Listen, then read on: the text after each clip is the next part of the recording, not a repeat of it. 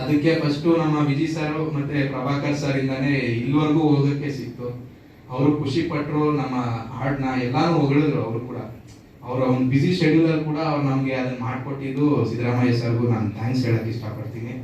ಹಾಗೆ ನಮ್ಮ ಟೀಮ್ ಎಲ್ಲರಿಗೂ, ನನ್ನ ಬ್ಯಾಕ್ ಗ್ರೌಂಡ್ ಅಲ್ಲಿ ನನ್ನ ಫ್ರೆಂಡ್ಸ್ ಇರ್ಬೋದು, ನನ್ನ ತಂದೆ ತಾಯಿ ಇರ್ಬೋದು, ನನ್ನ ಗುರು ಹಿರಿಯರು ಎಲ್ಲರಿಗೂ ಥ್ಯಾಂಕ್ಸ್ ಹೇಳಿ, ಆಮೇಲೆ ನವೆಂಬರ್ 7ಕ್ಕೆ ನಮ್ಮ ಸಿನಿಮಾ ಋಣ ಸಿನಿಮಾ ರಿಲೀಸ್ ಆಗ್ತಾ ಇದೆ.